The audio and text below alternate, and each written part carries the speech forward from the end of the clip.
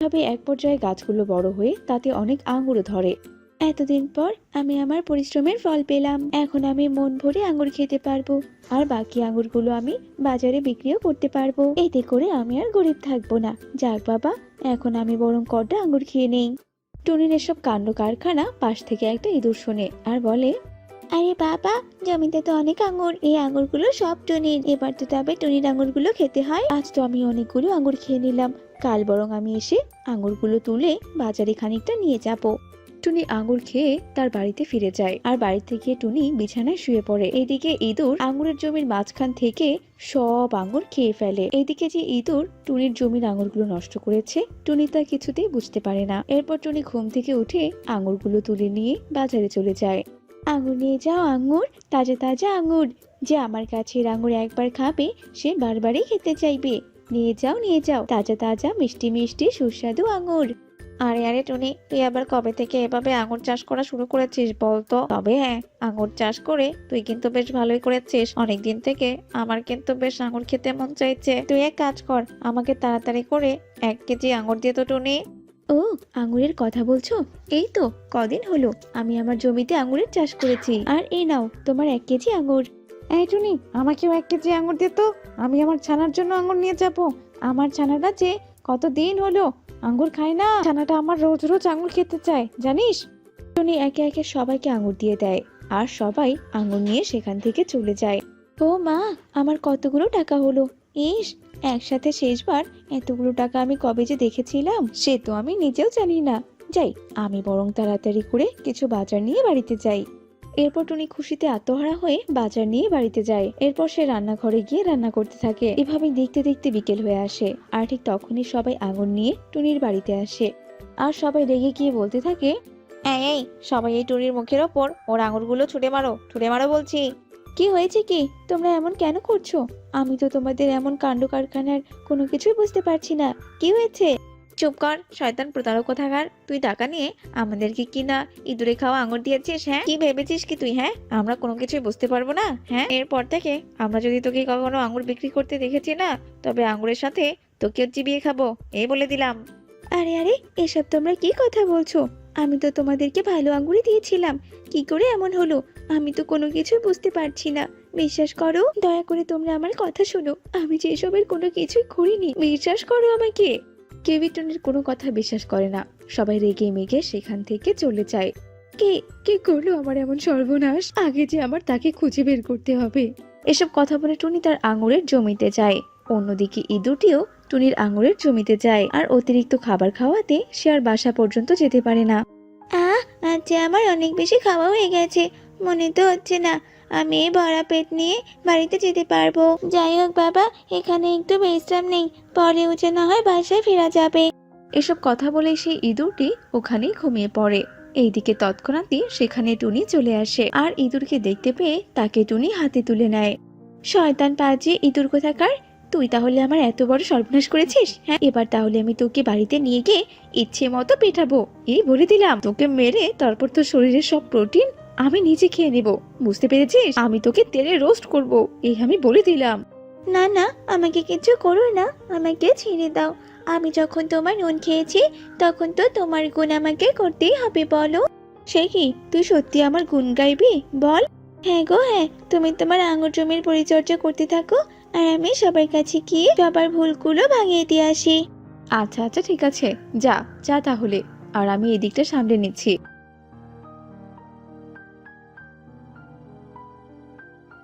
ইঁদুরটি টুনির কথা মতো জঙ্গলে ফিরে আসে, আর সবাইকে ডেকে বলতে থাকে, আমি তোমাদের সবার কাছে ক্ষমা প্রার্থী। আসলে ওই আঙুরগুলোর এমন অবস্থার জন্য টুনি পাখি দায়ী নয়, আমি দায়ী। আর টুনি পাখি তা না দেখতে পেয়েই তোমাদের কাছে বিক্রি করেছিল।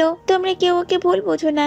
তোমরা সবাই আবারও ওর কাছ থেকে আঙুরগুলো কিনে খেতে থাকো। আসলে টুনি পাখি যে অনেক অসহায় গো। আচ্ছা আচ্ছা, ঠিক আছে, তোদের কথা মেনে নিলাম, কিন্তু তার পরবর্তীতেও যদি অমন আঙ্গুর পাই তবে তোদের দুটোকে মেরে কিন্তু শেষ করে দেব, এই বলে দিলাম। আচ্ছা আচ্ছা গো, ঠিক আছে। এরপর ইঁদুরটি টুনির জমিতে ফিরে যায়, আর সে ওই আঙ্গুরের জমিটি পাহারা দিতে থাকে। এভাবেই দেখতে দেখতে বেশ কিছুদিন কেটে যায়, আর টুনি আবারও সবার কাছে তার আঙ্গুরগুলো বিক্রি করতে থাকে। সত্যি টুনি, তোর গাছের আঙুরগুলো না সত্যি খুব সুস্বাদু রে। আঙুরগুলো না আমারও কিন্তু খুব ভালো লেগেছে। আমাদেরকে এত সুস্বাদু আঙুর খাওয়ানোর জন্য তোকে অনেক ধন্যবাদ রে টুনি। এই নে টাকা, এত সুস্বাদু আঙুর খাওয়ানোর জন্য আরো কিছু টাকা বেশি করে দিলাম। টুনি সবার এমন আচরণ দেখে অনেক খুশি হয়ে যায়, আর এভাবেই দিনের পর দিন কাটতে থাকে, আর টুনিও অনেক লাভবান হতে থাকে। এইসব দেখে কালু বলে, এই টুনি কিনা এইভাবে সবার প্রশংসা নিচ্ছে, কিন্তু আমি থাকতে তো এটা কোনোভাবেই হতে পারে না। এই টুনির আগাগোড়া সবই আমার নষ্ট করে দিতে হবে, আর তার জন্যই তো ওই টুনির জমিতে আমাকে যেতে হবে। কালু আর দেরি না করে টুনির জমিতে যায়, আর সবগুলো আঙুর গাছ সে নষ্ট করে ফেলে। আরে আরে কালু কাক, অমন করে তুমি এই ফলগুলো কেন নষ্ট করছো? তোমার আঙ্গুর খাওয়া লাগলে তুমি আঙ্গুর খাও, এই গাছগুলো এভাবে কেন নষ্ট করছো বলো তো? এই গাছগুলো নষ্ট করো না গো, করো না। গাছ থাকলে তো আবারও ফল হবে। এই ছোট্ট ইঁদুর, একদম বেশি কথা বলবি না, বুঝতে পেরেছিস? আমার যা ইচ্ছে হয় আমি তাই করব, তাতে তোর কি বলতো? তবে রে দাঁড়া। এই বলে ইঁদুরটি কালু কাকের গায়ে কামড় দিতে থাকে, আর কালু কাক ব্যথায় চিৎকার করতে থাকে। কালুর এমন চিৎকার শুনে সবাই সেখানে চলে আসে। কালু দাদা, তুমি কিনা এইভাবে আমার জমির ফসলগুলো নষ্ট করছো? আমি তো তোমাকে আজকে ছাড়বই না। টুনি, শুধু তুই কেন, আমরা তো কেউই আজ এই কালুকে ছাড়বো না। দুষ্টু বেয়াদব পাখি কোথাকার। এই সবাই ধরোকে। এরপর সবাই মিলে কালুকে অনেক মারতে থাকে, আর মারতে মারতে তাকে আধমরা করে ছেড়ে দেয়। আমি আর কোনোদিনও এমন কাজ করব না। আমার যে 7 পুরুষের আক্কেল হয়ে গেছে, ছেড়ে দাও আমাকে, দয়া করে ছেড়ে দাও। এইসব কথা বলে কালু কাক পালিয়ে যায়, আর এমন কাণ্ড দেখে বনের সবাই হাসতে থাকে। এরপর থেকে সবার অনেক সুখে শান্তিতে দিনগুলো কাটতে থাকে। আজ যে মেয়েটাকে দেখলাম, ওর তো ঠোঁট লম্বা, আর ঠোঁট লম্বা মেয়ে ঝগড়ুটে হয়। বুঝতে পেরেছো? কাল আবার মেয়ে দেখতে যাব। আমি আর মেয়ে দেখতে যেতে পারবো না। এই নিয়ে আমাদের 50টা মেয়ে দেখা হলো। বনের সবাই আমাদের নিয়ে হাসাহাসি করে। তুমি কি সেটা বুঝতে পারো না? এভাবে তো দিনই চলে যাচ্ছে। টোনার বুঝি আর বিয়ে করা হবে না। থাকো তুমি তোমার অন্যের মেয়ের খুদ ধরা নিয়ে। আমি আর এসবের মধ্যে নেই। এসব কথা বলে রাজু টোনা ঘর থেকে বেরিয়ে যায়, আর মিনু টুনটুনি রাগে চিৎকার করে বলতে থাকে, আরে যাও যাও, আমার ছেলের বউ আমি নিজেই দেখতে পারবো, আর আমার ছেলেকে আমি নিজেই বিয়ে দিতে পারবো। কাউকে লাগবে না আমার, সব থেকে সেরা মেয়েটাই হবে আমার ছেলের বউ। রাজু টোনা আর মিনু টুনটুনি যখন এসব কথা বলা বলি করছিল, তখনই পাশের ঘর থেকে টোনা সব শুনতে পায়, আর বলে, হায় ঈশ্বর, এবারও বুঝি আমার বিয়ে হবে না। আমার বন্ধুদের সবারই তো বিয়ে হয়ে গেছে, কারো কারো তো বাচ্চাও হয়েছে, আর এখনো আমি চিরকুমারী থেকে গেলাম। দূর থাকবই না আমি আর এই বাড়িতে। এক্ষুনি আমি এই বাড়ি ছেড়ে চলে যাব। আমি এবার নিজেই বিয়ে করে আনবো। এ কথা বলে টোনা কাউকে কিছু না বলে বাড়ি থেকে বেরিয়ে যায়, আর হতাশ হয়ে বনের রাস্তার ধারে ঘুরে বেড়ায়, আর ঘুরতে ঘুরতে একটা বড় আম গাছের নিচে এসে দাঁড়ায়, আর বলতে থাকে, রাস্তাঘাটে তো একটা মেয়েকেও দেখলাম না যাকে আমি বিয়ের প্রস্তাব দিতে পারি। কবে আমার একটা বিয়ে হবে আর আমি আমার বউকে নিয়ে সংসার করব? আমার মা যতদিন আছে ততদিন আমার বুঝি বিয়েই হবে না। টুনি যে আম গাছের নিচে দাঁড়িয়ে এসব কথা বলছিল, সেই গাছেই একটা আত্মা ছিল। টোনার সব কথা আত্মাটি শুনতে পায়, আর খুশি হয়ে বলে ওঠে, পেয়েছি পেয়েছি, আমার বিয়ের জন্য বর পেয়েছি। আহা, কতদিনের শখ ছিল আমি বিয়ে করব। এই ছেলেকে যে করেই হোক পটিয়ে আমাকে বিয়ে করতেই হবে। কি মজা, কি মজা, বিয়ে বিয়ে হবে আমার। কতদিনের ইচ্ছে আমার পূরণ হবে। যাই যাই, এই ছেলে কোথায় যায় অনুসরণ করতে থাকি। এদিকে টোনা আম গাছের নিচে বিশ্রাম নেওয়া হয়ে গেলে আনমনে চলতে শুরু করে। এদিকে টুনির আত্মা যে টোনাকে অনুসরণ করছে সেটা টোনা বুঝতেই পারে না। টোনা আনমনে হাঁটতে হাঁটতে হঠাৎ করে একটা গর্তে পড়ে যায়, আর তার পা আর ডানায় ভীষণ ব্যথা পায়। ও মা গো, ব্যথা, প্রচন্ড ব্যথা। কেউ কি আছো? আমাকে সাহায্য করো, বাঁচাও, বাঁচাও আমাকে। আমি ব্যথায় অনেক কষ্ট পাচ্ছি, বাঁচাও, বাঁচাও।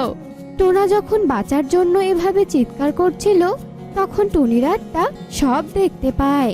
আর সঙ্গে সঙ্গে টুনির আত্মা নিজের আত্মার রূপ বদলে এক সুন্দরী টুনি পাখির রূপ ধারণ করে আর গর্ত থেকে টোনাকে উপরে তুলে আনে। এরপর, কে গো তুমি সুন্দরী পাখি? তুমি তো আমাকে বাঁচালে, আর এই বনেই বা তুমি এলে কি করে? কোথায় তোমার বাড়ি ঘর? আর বলবেন না, আমার নাম টুনি গো, টুনি। আমার যে এই দুনিয়ায় কেউ নেই, তাই তো আমি বনের মধ্যে ঘুরছিলাম। আমার যে আপন বলতে কেউ নেই, তাই একা একা বনের মধ্যে ঘুরছিলাম আর কান্না করছিলাম। আর আপনার চিৎকার শুনে আমি এখানে ছুটতে চলে এলাম।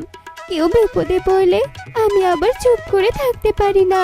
টুনির এমন কথা শুনে টোনা মনে মনে বলে, আহা, মেয়েটা কত দুঃখী। কথায় যেমন মায়া আছে, তেমন দেখতেও অনেক মায়াবী। আচ্ছা, আমি তো বিয়ের জন্য মেয়ে খুঁজছিলাম। টুনির যখন কেউ নেই, তাহলে আমিই ওকে বিয়ে করব।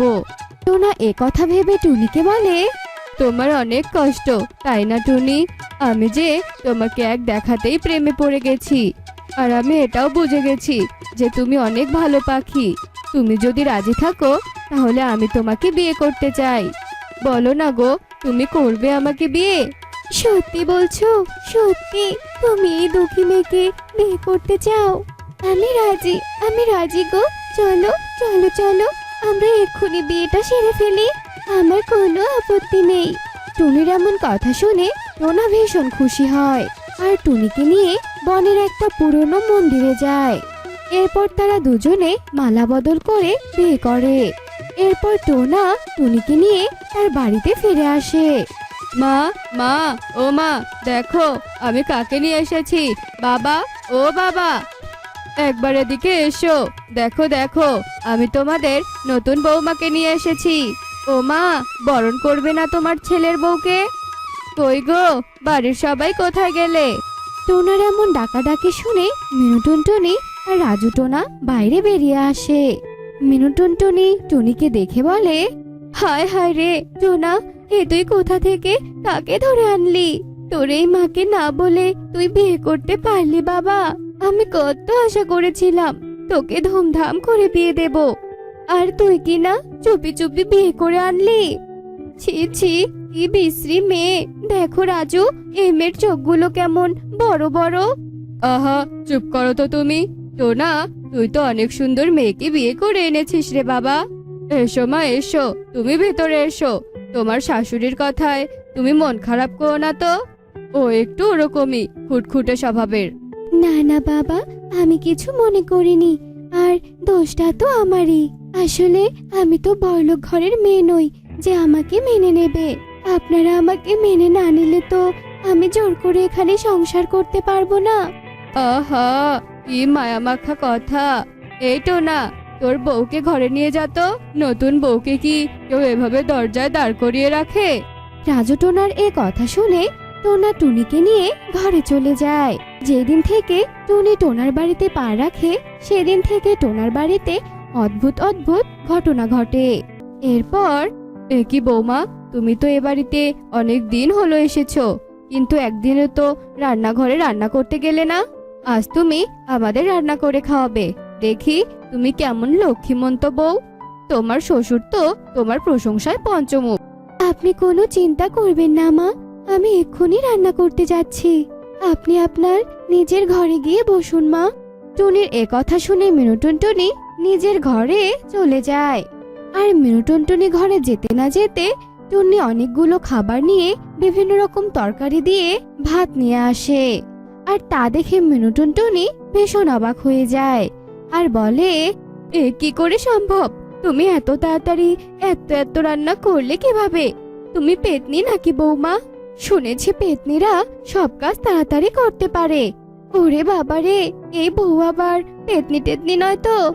মিনু টুনটুনির এমন কথা শুনে টুনি মনে মনে ভাবে, এই রে, এবার বুঝি ধরা পড়ে গেলাম। এই বউটা তো দেখছি বড্ড চালাক। এত তাড়াতাড়ি আমার খাবার আনা একদম উচিত হয়নি।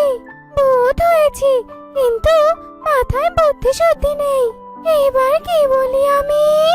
না মানে মা, আসলে ফ্রিজে তরকারিগুলো রাখা ছিল তো, তাই আমি তাড়াতাড়ি গরম করে এনেছি। খেয়ে নিন তো মা, খেয়ে নিন। এসব কথা বলে টুনি সেখান থেকে চলে যায়।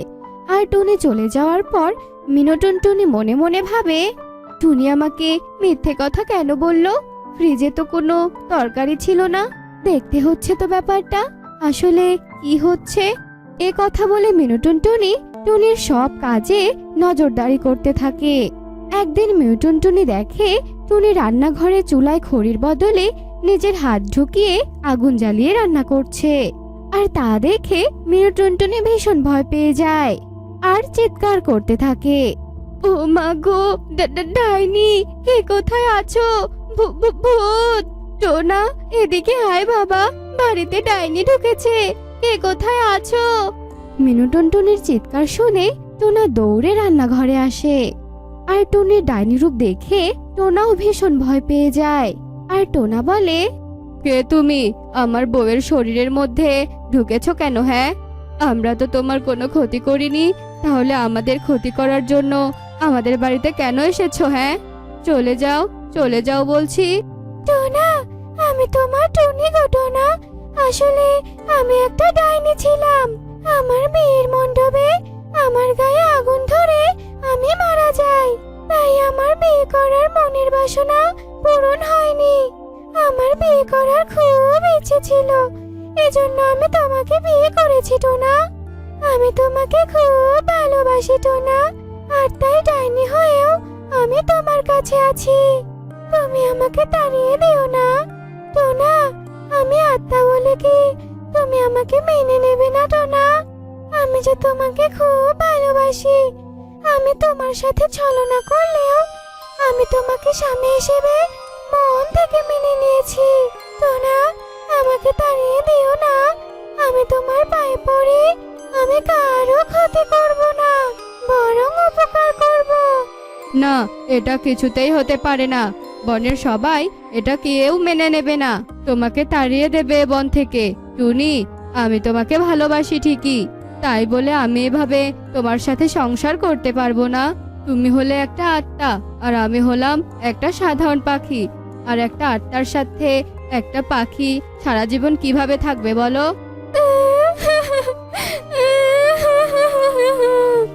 টোনা, এভাবে বলো না সোনা, তোমাকে ছেড়ে আমি কোথাও যেতে পারবো না।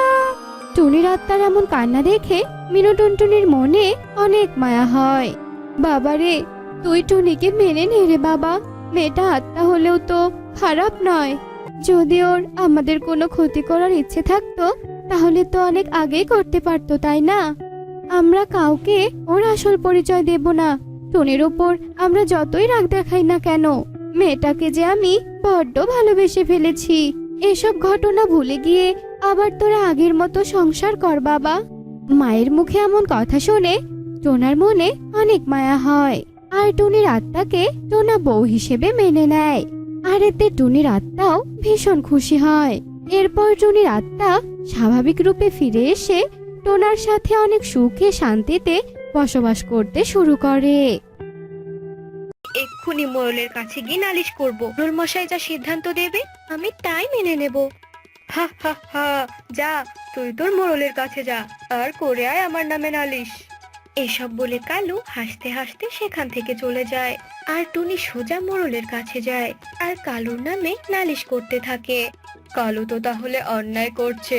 শোন টুনি, তুই এখন বাড়ি ফিরে যা, আমি বিকেলে তোর বাড়িতে যাব আর বিচার করব। ঠিক আছে মোড়ল মশাই। এরপর টুনি সেখান থেকে চলে যায়। এদিকে দেখতে দেখতে বিকেল হয়ে আসে, আর ততক্ষণে মোড়ল সহ জঙ্গলের সব পাখিরা সেখানে এসে হাজির হয়। এরপর কালুকে ডাকা হয় আর কালুও সেখানে চলে আসে। কালু, তুই টুনির জমি কেন দখল করতে চাইছিস? এই জমি যে টুনির তা কি প্রমাণ আছে? বরং আমার কাছে আমার জমির দলিল আছে, এই দেখুন এই দলিল। মোড়ল মশাই, ও মিথ্যে কথা বলছে, ও এই জমি আমার বাবার কাছে বিক্রি করেছে। এখন মোড়ল মশাই, টুনি আমার জমি নেওয়ার জন্য এমন মিথ্যে কথা বলছে, আর যার কারণে ও কোনো প্রমাণ দেখাতে পারছে না। প্রমাণ ছাড়া আইন কখনোই কারো বিচার করে না। তাই আমার জমি থেকে টুনিকে যেতে বলুন। টুনি, তুই উপযুক্ত কোনো প্রমাণ দেখাতে না পারায় তোকে এই জমি থেকে চলে যেতে হবে, কারণ আমরা প্রমাণ ছাড়া কোনো বিচার করতে পারি না। ঠিক আছে মোড়ল মশাই, আমি চলে যাচ্ছি। তবে যাওয়ার আগে আমি একটা কথা বলে যাচ্ছি, এটা আমাদের জমি। আমার বাবার মাথার ঘাম পায়ে ফেলার টাকায় এই জমি কিনেছিল। এই বলে টুনি কাঁদতে কাঁদতে সেখান থেকে চলে যায়। এদিকে মোড়ল সহ জঙ্গলের অন্যান্য পাখিরাও সেখান থেকে চলে যায়, আর কালু জমির উপর দাঁড়িয়ে হাসতে থাকে। হা হা হা হা হা, আমি আমার এত ভালো বুদ্ধি দিয়ে আবার এই জমিটা আমার করে নিলাম। হা হা হা হা। কালু ভীষণ জোরে জোরে হাসতে থাকে, আর টুনি এদিকে মনের দুঃখে উঠতে থাকে। হঠাৎই টুনি তার চোখের সামনে একটি পুরনো বাড়ি দেখতে পায়। চারপাশ তো অন্ধকার হয়ে আসছে, এখন তো আমি কোথাও যেতেও পারবো না। দেখি তো ওই পুরনো বাড়িটাতে ঢুকে যদি কেউ থাকে তাহলে আজ রাতটা আমি সেখানেই থাকবো। টুনি গুটি গুটি পায়ে পুরনো বাড়ির ভেতর ঢুকে পড়ে, কিন্তু কাকতালীয় ভাবে টুনি ভেতরে কাউকেই দেখতে পায় না। শুধুমাত্র ঘরের এক কোণায় একটি ছবি দেখতে পায়, আর যেটা কিনা ছিল টুনির বাবা মায়ের ছবি। মা আর বাবার ছবি এই পুরনো বাড়িতে? এটা তাহলে কার বাড়ি? আর আমার মা বাবা তো অনেক আগেই মারা গেছে। পুরো বাড়িটা আগে আমাকে ভালো করে দেখতে হবে। টুনি পুরো বাড়ি এদিক সেদিক হয়ে দেখতে থাকে। ঠিক তখনই একটা অদৃশ্য আওয়াজ ভাসতে থাকে। তোমাকে স্বাগত টুনি পাখি, এই পুরনো বাড়ি তোমার জন্য অপেক্ষা করছিল। এবার এই পুরনো বাড়ি আর এই বাগান তোমাকে আগলে রাখতে হবে। রহস্য ভেদ করে সব মুক্ত করতে হবে। আমি কিসের রহস্য ভেদ করব, আর কি করেই বা মুক্ত করব? সেটা তোমাকেই খুঁজে বের করতে হবে। আমি আর তোমাকে কোনোভাবেই সাহায্য করতে পারবো না। এই বলে হঠাৎ করে অদৃশ্য আওয়াজটা বন্ধ হয়ে যায়। আমি কোথায় এসে পড়লাম? এখন আমি কিভাবে কি করব? না, এখন আর কোনো কিছু নিয়ে ভাবা যাবে না। রাত হয়ে এসেছে, এবার আমাকে ঘুমাতে হবে, আর সকালে উঠে সব দেখতে হবে। আমি এ বাড়িতে ঢোকার সময় তো কাউকে দেখতে পেলাম না, তাহলে শব্দটা কে করলো? আর শব্দটা তো মনে হয় সামনের বাগান থেকে এলো। দুনিয়ার কোনো কিছু না ভেবে সোজা উঠে বাগানে চলে যায়, আর সেখানে গিয়ে টুনি একদম অবাক হয়ে যায়। এ কি, এই গাছ থেকে মোহর কি করে পড়ছে? আর বাকি গাছগুলো এভাবে ডালপালা কেন নড়াচ্ছে? আমরা যে আজ অনেক খুশি, তাই তো আমরা নাচ করছি। আর আমরা যখন খুশি হয়ে নাচি, তখনই আমাদের ডালপালা থেকে মোহর ঝরে। যাও টুনি, এবার গিয়ে তুমি ঘুমিয়ে পড়ো। কাল সকালে তোমার সাথে দেখা হবে। আর হ্যাঁ, সকালে উঠে কিন্তু আমার পরিচর্যা করবে, বুঝেছো? টুনি চুপ করে থাকে, আর মাথা ঝাঁকিয়ে পুরনো ঘরের ভিতর চলে যায় আর ঘুমিয়ে পড়ে। এরপর দেখতে দেখতে সকাল হয়ে যায়, আর টুনিরও ঘুম ভেঙে যায়। আজ তো আমাকে যত্ন নিতে বলেছিল। না, আমাকে এক্ষুনি যেতে হবে। টুনি জলের বালতি নিয়ে বাগানে যায়, কিন্তু সেখানে গিয়ে সে রাতের গাছটাকে আর দেখতে পায় না। এ কি, মোহর দেওয়া গাছটা কোথায় চলে গেল? মোহর দেওয়া গাছ যে তোমার বাগান থেকে চুরি হয়ে গেছে। কিন্তু কে চুরি করে নিয়ে গেছে? দুটো ডাইনি পাখি এসে ওই গাছকে চুরি করে নিয়ে গেছে। এবার তোমাকেই উদ্ধার করতে হবে সেই গাছ। কিন্তু আমি কিভাবে উদ্ধার করব?